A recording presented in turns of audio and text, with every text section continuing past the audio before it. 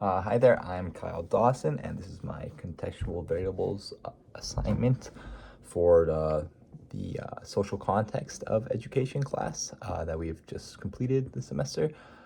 So basically, I'm gonna film sort of like a video essay based along the notes and summaries I have that will break down the topics we have learned in class, as well as equally important, the classroom applications of those topics. So throughout our learning throughout the semester, we broke it down and discussed and learned about and read about four different concepts, that being corporatism and commercialism, culture and language, gender and sexuality, and finally, Taylorism and racism in the classroom.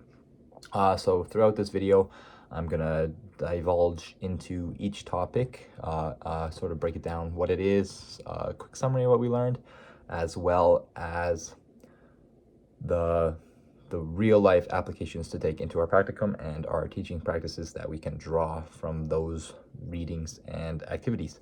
So starting here with, my notes are here on my laptop just to the right of me, so if you catch me ever looking away or staring or waiting for something to load, please just be patient with me, as it's sort of like a weird modality for me to do this in, but hopefully it gets the point across. Starting with corporatism and commercialism, we saw that we recognize that commercialism targeted towards schools and sort of promoting advertisement and sponsorship within schools is not necessarily a new idea, but instead something that has been implemented in schools for a while.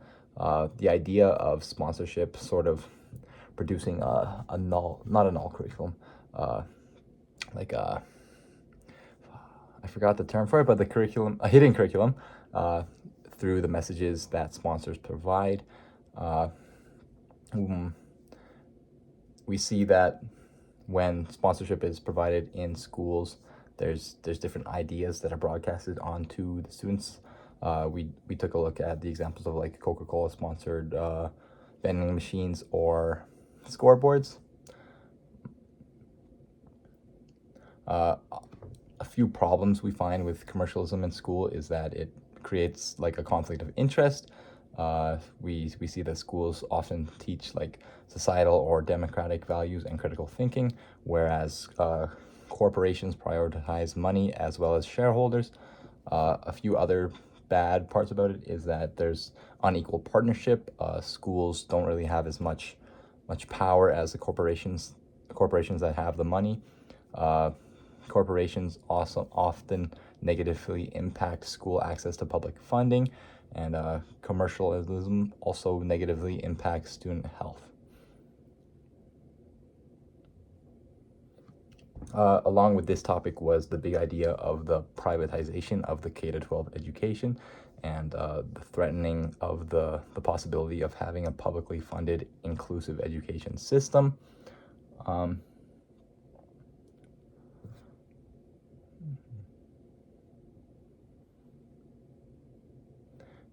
There's basically an increased trend toward more privatized education forms, where it's very money drawn system, very money drawn corporation, and basically there's an increasing created limitation on public funding of education that can have a negative impact on students. We recognize the use of school as a powerful environment for commercialization. It's an area where students and kids are mandatorily told messages, and that's repeated to them throughout the day. So it's very detrimental to and very impactful in influencing their worldview. And of course, this creates issues with like inequity of the educational experience offered to students comparative to funded schools versus non-funded schools. And it creates a competition of private funding that takes away from the time and energy to focus on positive approaches in supporting publicly funded education. Targeted funding also leads to increased private control and decision making, and funding from private sources may come with strings attached. It's not a stable source of funding. There's no commitment or guarantee from the private source. So all in all, commercialization really came down to sponsorship of schools from major corporations and the promotion of their values within the school, which sort of disintegrates the idea of a equitable and equal education for all students in the publicly funded system. Along with this, how this really informs our teaching is basically privatization of education weakens teaching, and like brands building loyalties to schools, commercialization, selling to schools is all very negative things. We just need to be cognizant of this as educators when we provide messages that may be in conflict with that of a sponsor. We have to think in that critical method that we may be promoting some messages, but the sponsorship of the school is promoting others. We need to discuss this with our students and recognize where our information is coming from, where the sponsorship is coming from, and the reason for that. And yeah, it's a big part of the schooling function. Our place as teachers is very minimal in it, but we still need to be aware of the greater forces at play and think critically about the messages we provide to students through the sponsorship in our schools.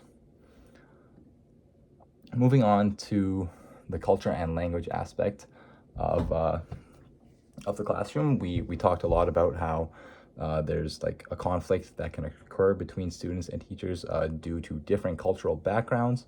So often a teacher may not understand where a student is coming from and vice versa.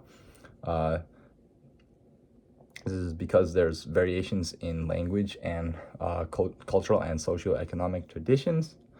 And we need to recognize that often school systems reinforce hegemony through educational institutions and doesn't really think about the impact culture plays in the classroom. So along with this is really checking our own biases as teachers, being aware and educated about other cultures that exist, and when they are presented to us, taking the role as the educator to go out and learn about different cultures, to try and better incorporate students into the classroom and really create that inclusive classroom. A lot of this is also along with providing resources for different students that may be more related to what they are learning about in their personal lives. So sort of relating the curriculum back to their culture to garnish more interest in it.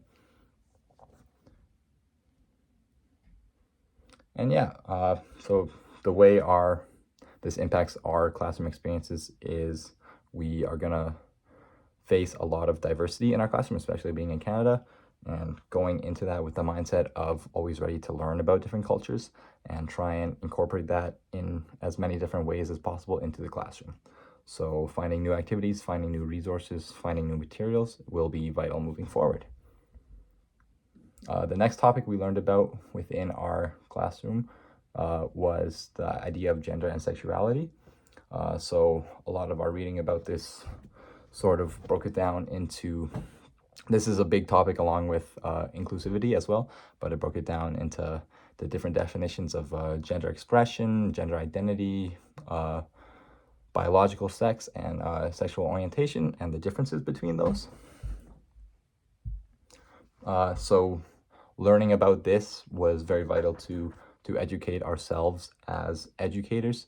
I know it sounds weird, but it's really important to be cognizant of all different types of people that will come into the classroom and being accepting of them. So this is very crucial as teachers because we need to be more than allies. We need to be active and informed in our teaching practices. A big part of this is language, use of proper pronouns,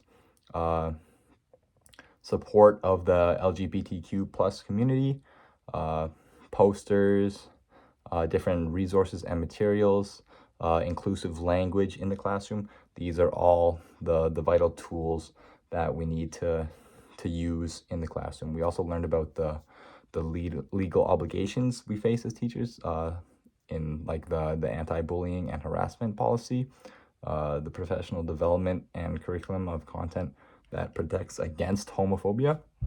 These were all important topics learned about throughout discussing the idea of gender and sexuality.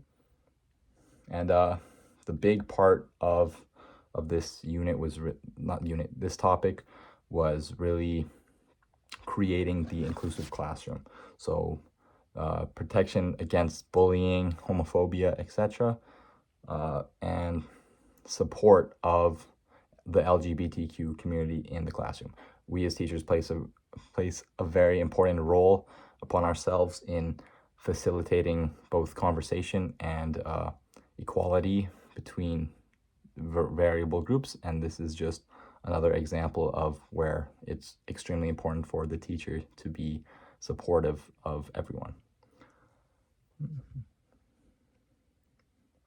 Along with this is like the implementation of policies that are counter to social movements.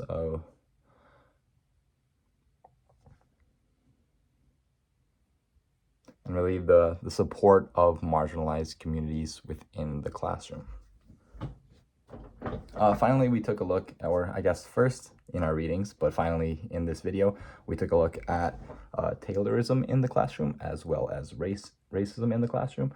So the idea of Taylorism was sort of like the old school thinking of how schools should be laid out, from the physical setup of the classroom, the desks, the chairs, everything like that.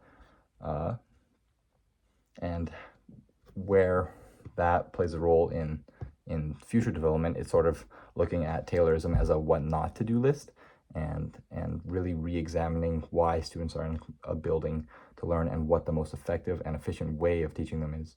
So how this informs our teaching practices in terms of Taylorism is recognizing that we need to set schools up in a way that is not so like factory worker based, but more develop and foster critical thinkers in the classroom. So this is like the inclusion of body breaks, more peer interaction, the studying of different topics such as arts and phys ed, straying away from standardized tests and memory and writing as the only expressions of intelligence, and really moving towards a more inclusive and broad education instead of just repetitive skilled workers over and over again. So that's the idea of Taylorism. When it came to the idea of racism, we look at how race is sort of embedded in the English language. We look at the reproduction of certain ideologies through the textbooks we use and the resources we use. So as educators, this goes for the other topics as well. It's really important to find resources that are inclusive and progressive in fostering new ideas and not such black and white standards as we have once seen. We often see problems with the language we use in re-implementing racist values and different presentations of race within textbooks and sort of English as a language itself. So it's really important to seek out different materials to use that don't include this as much. Along with racism, a big topic we talked about was the school to prison pipeline, whereas harsh punishments are given out to minor offenses, and what this leads to is reproduction of a lot of minorities into the prison system, and they don't get the same opportunities to pursue a strong education because of this. As educators moving forward, we need to make sure that we do not implement the school to prison pipeline and the zero tolerance policy because of the negative and detrimental effects it has, especially on minority races. We need to stray away from having those extreme punishments for the minor offenses and instead focusing more as an upstream prevention method, sort of preventing negative behaviors from occurring in the first place instead of focusing on the punishment aspect after they occur.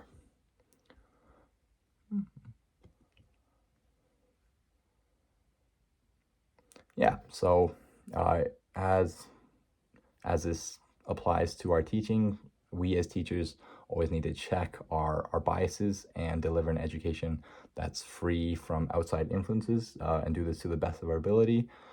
We need to be mindful of the terms that we use and remember to speak the truthful knowledge.